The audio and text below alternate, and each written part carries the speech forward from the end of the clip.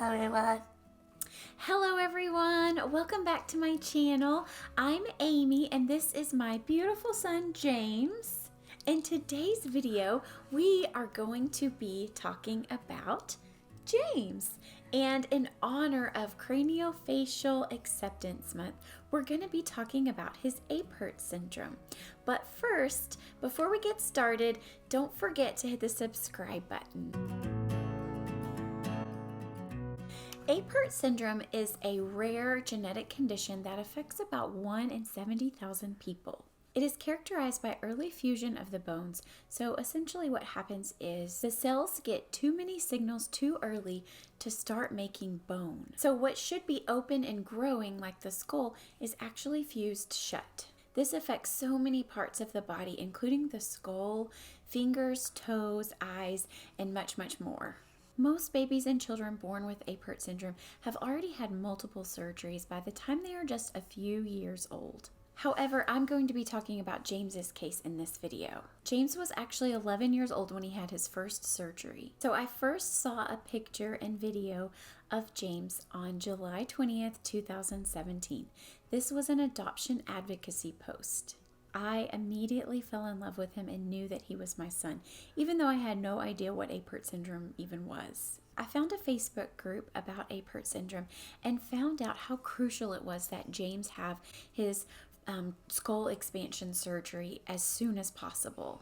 So I worked tirelessly through all the adoption paperwork, and God moved some huge mountains, and I was able to bring him home on October 25th, 2019. So he has been here almost 2 years now. He's had a few surgeries now, the first one being his cranial vault reconstructive surgery, where they expanded his skull and gave his brain room to grow. One of the best things that we have done is to have a craniofacial team, and we just happen to have one of the best in the world, where people will travel from all over to come here and have surgery.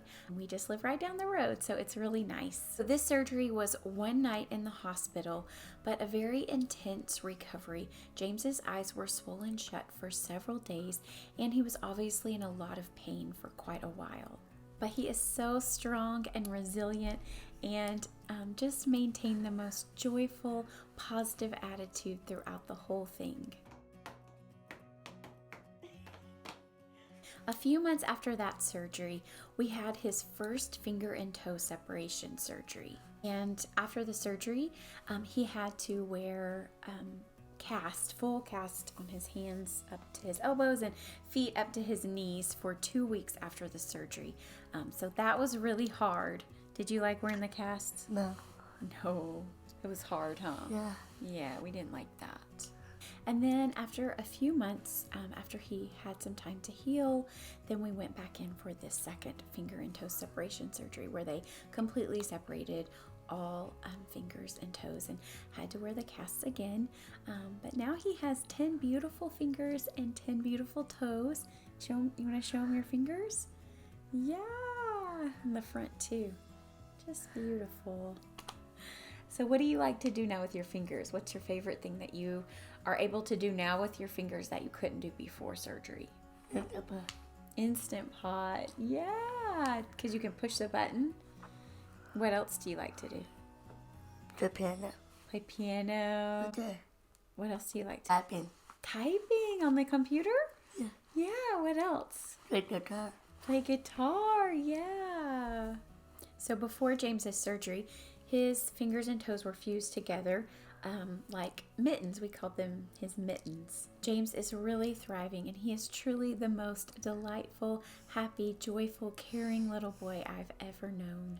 He's so friendly and loves to talk to people and likes to make sure that everyone is taken care of always. So James, what are some of your favorite things to do? What meeting? Washing machines, yes. James loves washing machines. What else? Mow the yard. Mow the yard. He loves to mow the yard. He's such a big helper.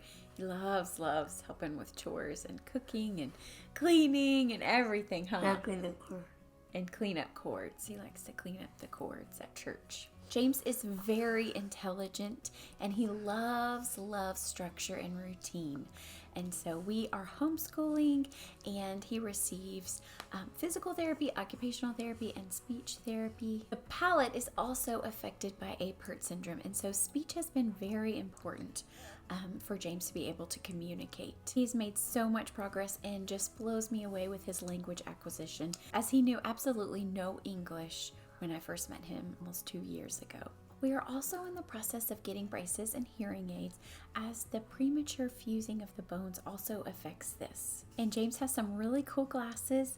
Oh, wear your glasses. Another surgery that is usually needed is called the mid-face advancement surgery. And so essentially it is bringing the mid-face forward. The individuals wear a device called a Lefort, and they have to wear that for a couple of months before having it removed. So that's a really big one, but thankfully James's breathing and sleeping is not affected by Apert syndrome, and so we don't have to think about that one right now. So that's something to think about later down the road. So that is it for this video, but if you have any questions about Apert syndrome or adopting a child with Apert syndrome, then please leave those in the comments below, and I will be happy to answer them. And be sure to give this video a like if it was helpful, and we will see you in next week's video. Thanks for watching. Bye.